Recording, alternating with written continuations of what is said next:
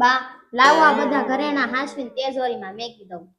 એ તો હારું. આમે મારી ઉંમર થઈ ગઈ છે તા જોખમ મારે હાંસવી એ કરતા તું તેજુરી મૂક દે તો મારે થોડીક ઉપાય ઓછી. પણ આ મારી માળા છે ને 3 તોલાની એ મને હાંસવીને માગું ને તો એમ ઉપર રાખજે. બહુ ઊંડી અંદર ન મૂકતી બટા. એ હારું મને બહુ વાયલી છે.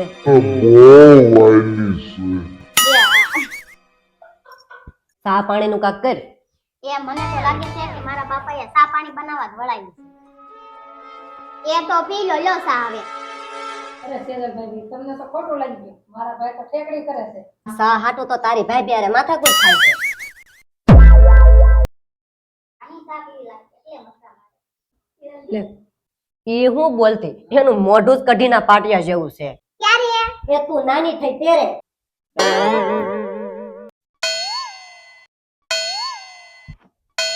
હું તો શું કહું હું તો શરમાઈ ગઈ શું કહું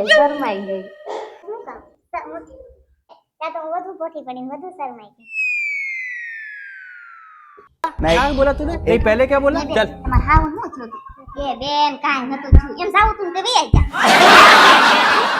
ના યમરાજ આવ્યા તા એને કે દેલી ઉભા રહો પાછો ઘરમાં ઠેલો લેવા આવ્યા તા છે ફાડો લઈને આવ્યા છે હમણાં ફાડો લઈને આવ્યા તા છોડાયેલો નસકો બીસકો હારે દીધો ને ભૂખ લાગશે વાટમાં ખાવા કે લઈને આવ્યા હોય એ લઈ જાય માર માથ ખાલી ઠેલો લઈને ઈ હતા કે ઈ ઠેલો ઈ હારે લઈને વાગી દોસી ઈ ઠેલો એને શું કે હોવું ન કાઈ વાપરશે ન્યાય ઓલા યમરાજ ને કે તને ઘડીક ઉભા રહો ઘડીક કીધું બા પાછો અગ્નિ સંસ્કાર તો કર્યો છે ને જેની વાહે શેનો સંસ્કાર કરવો અમને તમે અગ્નિ સંસ્કાર તો કર્યો છે ને એની વાહે અગ્નિ સંસ્કાર શેનો કરવો ખેલો તો ઈ નો જગી જાય તો અગ્નિ સંસ્કાર એમ તો કે છે આલી નું એક બસ ચલો યાર એ તો કેમ બધું જગાવું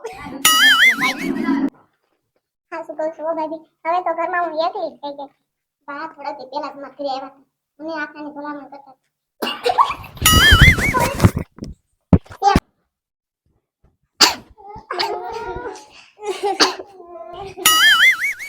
सज्जन को क्या तकलीफ है भाई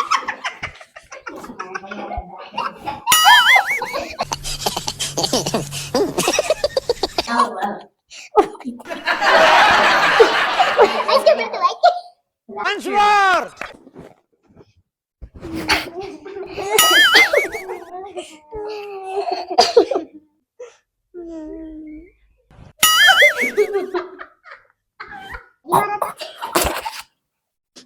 માડીને તો કાઈ બીમારી નથી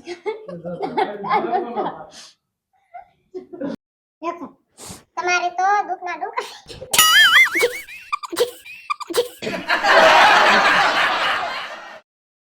હા સેજલ કેમ રેખા બેન ખોટું ન લગાડતા આ તો તમારી પાસે ઘડીક બે રેખા બેન ખોટું ન કાઈ વાંધો નહીં બેન બેહો ઘડીક તમને મારે મન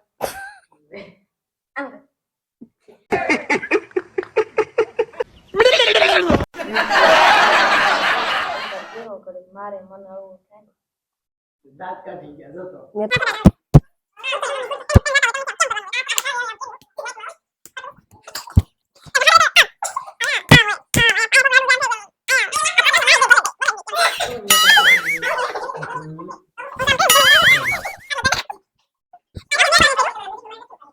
આપ્યું છે જૂના જો ઠન ગોપાલ